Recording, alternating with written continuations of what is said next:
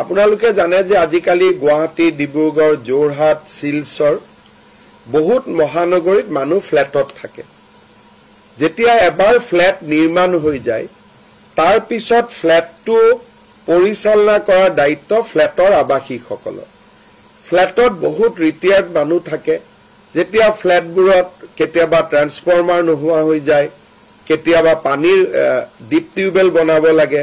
বা কেতিয়াবা ফ্ল্যাটটোক মেৰামতি কৰিব লাগে বিল্ডাৰজনেতো মেৰামতি নকৰে বিল্ডাৰজনে তেওঁলোকক দি থৈ গুচি গল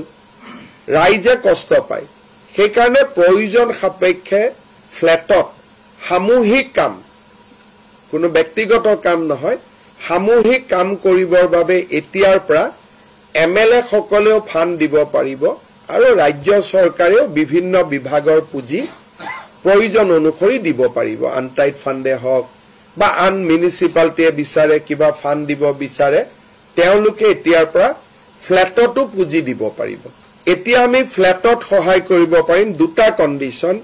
ফ্ল্যাটটো বিল্ডাৰৰ অধীনত থাকিব নালাগিব ফ্ল্যাটটো সোসাইটিৰ অধীনত থাকিব লাগিব দ্বিতীয়তে কামবিলাক কমন কাম হ'ব লাগিব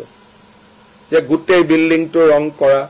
বা পানীৰ ব্যৱস্থা কৰা বা ফ্ল্যাটত এটা মন্দিৰ নিৰ্মাণ কৰা বা ফ্ল্যাটত এটা অডিটৰিয়াম নিৰ্মাণ কৰা যিবিলাক কমন কাম প্ৰত্যেকজনে ব্যৱহাৰ কৰিব পাৰে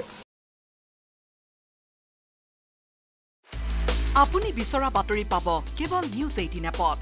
নিউজ 18 এপ ডাউনলোড কৰিবলৈ স্ক্যান কৰক এই কিউআৰ কোড গুগল প্লে ষ্টৰতো পাব এই নিউজ 18 এপ